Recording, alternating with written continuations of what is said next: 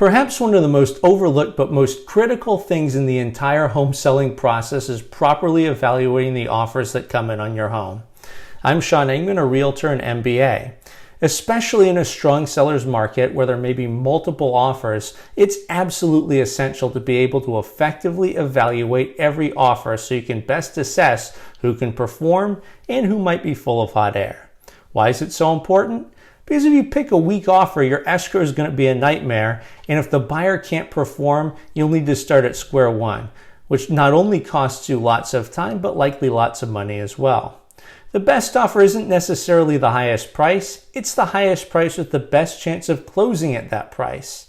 With that in mind, here are the 7 things I look for in evaluating offers. Number 1, the price and terms. To start, I take everything at face value and rank the offers based upon the price and the terms.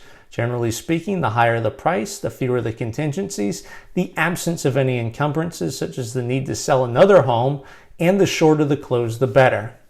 Number 2, the type of financing and the amount financed. At this point, I'm still taking everything at face value. Generally speaking, the lower the percentage of financing needed, the better the offer, with all cash offers being the most preferable. All things being equal, after these 2 steps, it should be easy to rank offers in a multiple offer situation or to determine in a single offer situation whether or not the offer is palatable enough to warrant further scrutiny. Number 3, I'm going to look at the buyer's cash position and how much documentation has been provided. Cash position is very important even if the home is being financed, because cash can solve lots of problems that arise during escrow, such as a low appraisal or if they don't get approved for the loan in the amount that they wanted. The amount of verifiable documentation is critical because some buyers try to show themselves to be in a better cash position than they actually are. Some will even try and claim to be able to make an all-cash offer when they don't have the means to do so. On the other hand, if the buyers show a lot of cash, there could be an opportunity to be aggressive on a counteroffer depending on the situation. Number 4, if the buyers are getting a loan, I'll carefully review their pre-approval letter and contact the lender directly. All pre-approval letters are not created equal. Pre-qualification letters can come easily with little to no verification of financial information. For most pre-approval letters, at least some level of scrutiny has likely been done to verify income and debts. The most reliable pre-approval letters are underwritten pre-approvals, where the buyer's already gone through the underwriting process. Those are strong.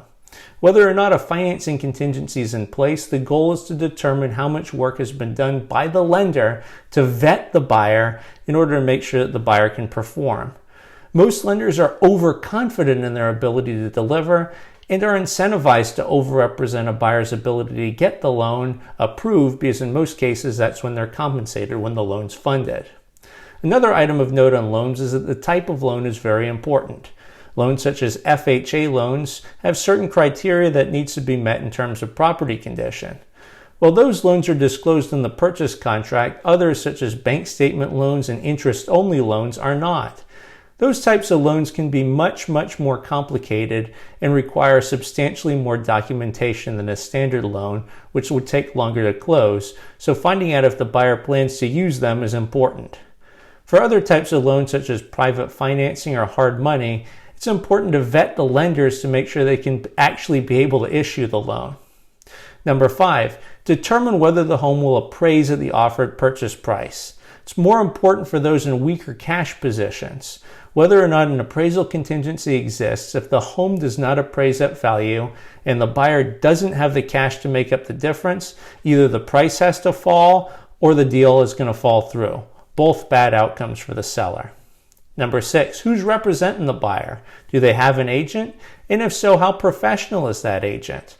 A buyer represented by a solid agent will generally present a clean offer and have a better chance of performing on the offer than someone representing themselves or using an unprofessional agent.